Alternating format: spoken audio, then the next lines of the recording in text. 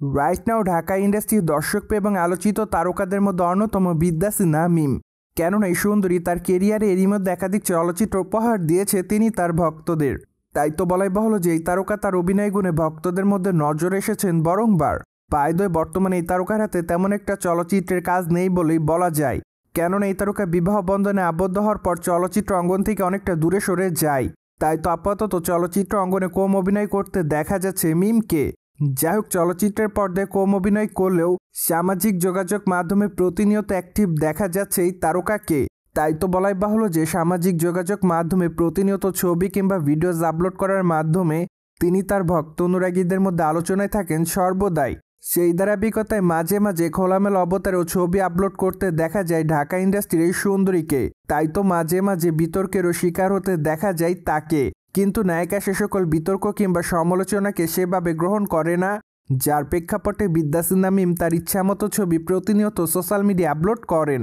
Moreover বর্তমানে বিদ্যা সিনহা মিম তার ইনস্টাগ্রাম হ্যান্ডেলে বেশ কিছু ছবি আপলোড করে ভক্তদের কাছে নতুনভাবে আলোচনার জন্ম দেয়। কেননা বর্তমানে তাকে দেখা যায় সবুজ কালারের শাড়িতে। যদিও শাড়ি পরা অবস্থায় তাকে দেখতে অনেকটা খোলামেলা দেখাচ্ছে, তাই তো তার পেটের ভাঁজগুলো উন্মুক্ত হয়েছে সকলের সামনে। পাশাপাশি খোলামেলা চুলে হালকা মেকআপে তাকে দেখতে বেশ সুন্দরী দেখাচ্ছে। তাই তো বলাই বাহুল্য যে বর্তমানে মিমের রূপের প্রতি নতুন করে দিশাহারা হচ্ছে তার ভক্তরা, যার প্রেক্ষাপটে অনেকে তাকে অ্যামেজিং বলে দাবি করেন। পাশাপাশি অনেকে আবার তাকে লাভলি লিখেছে, কেউ কেউ আবার তাকে লিখেছে জাস্ট ওয়াও।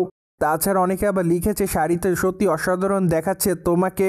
সো যাই হোক, সবকিছু মিলে আপাতত মিম তার ভক্তদের কাছে এভাবে নজর এসেছে বলে জানা যায়।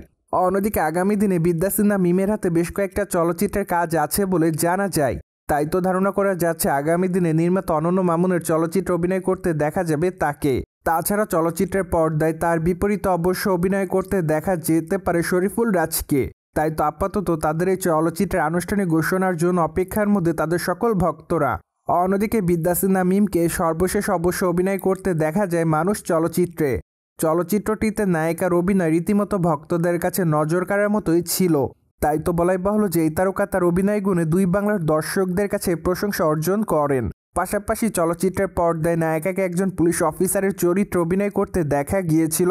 সোভিয়ার্স জেনে তো নিলেন, সম্প্রতি সময় বিদ্যা সিনহা মিম সবুজ কালারের শাড়িতে ভক্তদের মধ্যে লাস্যময় রূপে ধরা দেয়। ফলে বিষয়টি নিয়ে আপনাদের কোনো মতামত থাকলে কমেন্ট বক্সে জানাতে ভুলবেন না। Subscribe our channel for more update.